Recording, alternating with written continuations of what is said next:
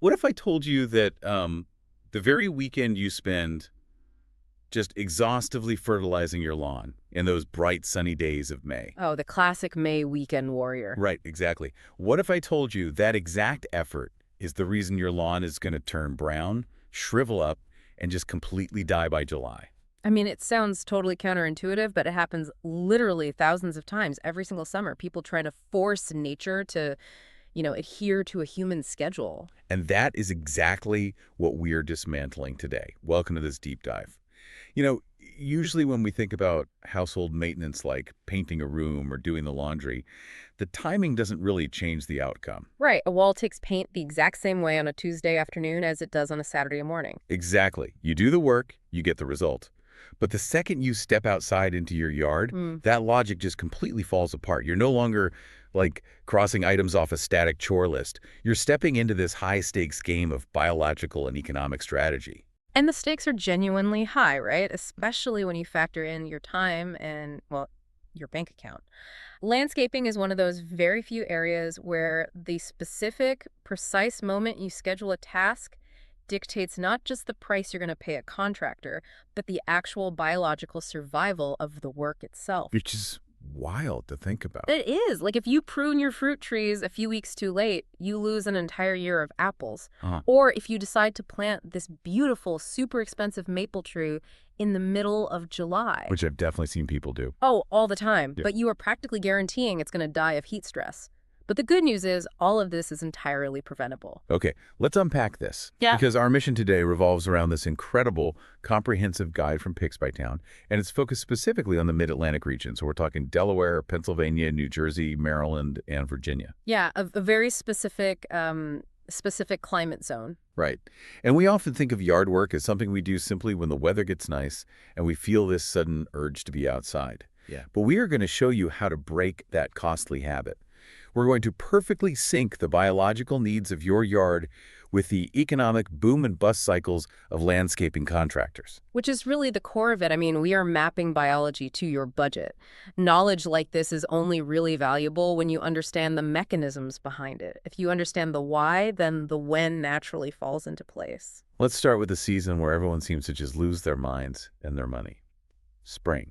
Oh, spring fever's real. It totally is. The weather warms up, you feel that first 60-degree breeze, and the instinct is to rush outside and fix everything. But operating purely on enthusiasm in early spring is a massive trap, isn't it? It's a huge trap because, well, early spring requires extreme calculated precision, not a shotgun approach. You might want to be out there planting and feeding, but the soil just isn't ready for most of it. Yeah, and the guide uses crabgrass prevention as the ultimate example of this precision. It explicitly states that applying pre-emergent herbicide is completely dependent on soil temperatures hitting exactly 50 to 55 degrees Fahrenheit. That's the magic number. But wait, why soil temperature? If the air is, 65 degrees for a week in early March, shouldn't that be enough to wake everything up? It's a really great question, but the air temperature is incredibly deceiving. I mean, soil is dense. It takes a lot of sustained solar radiation to actually warm up the earth a few inches down, which is where the seeds live. Okay, that makes sense. And the mechanism here is actually fascinating. Pre-emergent herbicides, they don't kill existing weeds. They create this temporary chemical barrier in the top layer of the soil. So when the crabgrass seed senses the soil hit exactly 55 degrees, it breaks dormancy and pushes out its very first microscopic root. And that root hits the chemical barrier. Exactly. It absorbs the chemical and stops developing instantly. The weed dies before it ever even sees the sun. But here's why the timing is binary. If you get antsy and apply that prevention too early, say when the soil is only 40 degrees, the microbes in the soil and the spring rains will actually break that chemical barrier down before the crabgrass ever wakes up. Oh, wow. So you just wasted the product. Totally. But then if you wait until the soil hits 60 degrees, the seeds have already sprouted right past the barrier. Miss that very specific late March temperature window in the mid-Atlantic, and you are literally fighting crabgrass all summer long. So you're threading a biological needle. And while you're waiting for that soil to warm up, you also have to manage the energy reserves of your plants. The source mentions pruning summer-blooming shrubs like butterfly bush or panicle hydrangeas before new growth starts. Right. The dormant pruning? Yeah. And I assume that's because if you let the plant push out leaves and then you just cut them off, you've essentially stolen the plant's stored energy. Precisely. I mean, you want to shape the plant before it spends its winter reserves trying to grow branches that you're just going to, throw in the compost bin anyway. Now, from an economic standpoint, while you're carefully timing these early tasks, you also have to look ahead. The guide stresses that you really need to book your mid-spring cleanup work while it's still cold out. Yeah, this is where people get into trouble. If you wait until you actually see the leaf debris, the messy bed edges, the overgrown grass to call a professional, you're staring down a 2 to 3 week wait list. That long? Oh, easily. Their schedules fill up before the snow even fully melts. That's crazy. Speaking of things you see in the spring, though, I have to challenge something in the source material. Go for it. It says we shouldn't routinely aerate our lawns in the spring. But every April, my entire neighborhood looks like a golf course right after a tournament. Every single lawn is covered in those little dirt plugs. Are you telling me all these people paying for annual spring aeration are actually hurting their lawns? I am absolutely telling you that. Wait, really? Yes. The idea that every lawn needs annual aeration to quote-unquote breathe is a massive, very expensive misconception.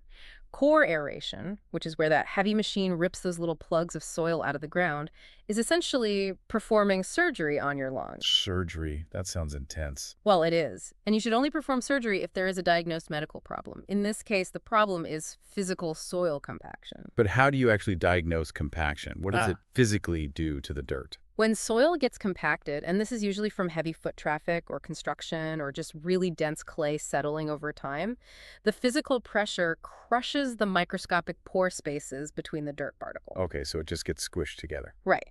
And those pores are where oxygen and water live. Without them, the roots literally suffocate. To test for it, the guide gives this brilliant, super simple metric. What is it? You just step firmly on the soil when it's slightly damp. If your heel sinks in less than 1 inch, the soil is compacted and you need to aerate to recreate those pore spaces. Okay, and if your heel sinks in more than 1 inch? Then your soil structure is perfectly fine. Your roots have oxygen.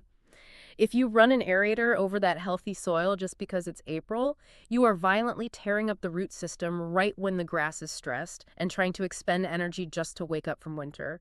You're causing trauma for literally no biological benefit. Okay, that changes the way I look at my neighborhood entirely. I mean, they're just ripping up their lawns for nothing. Mostly, yeah.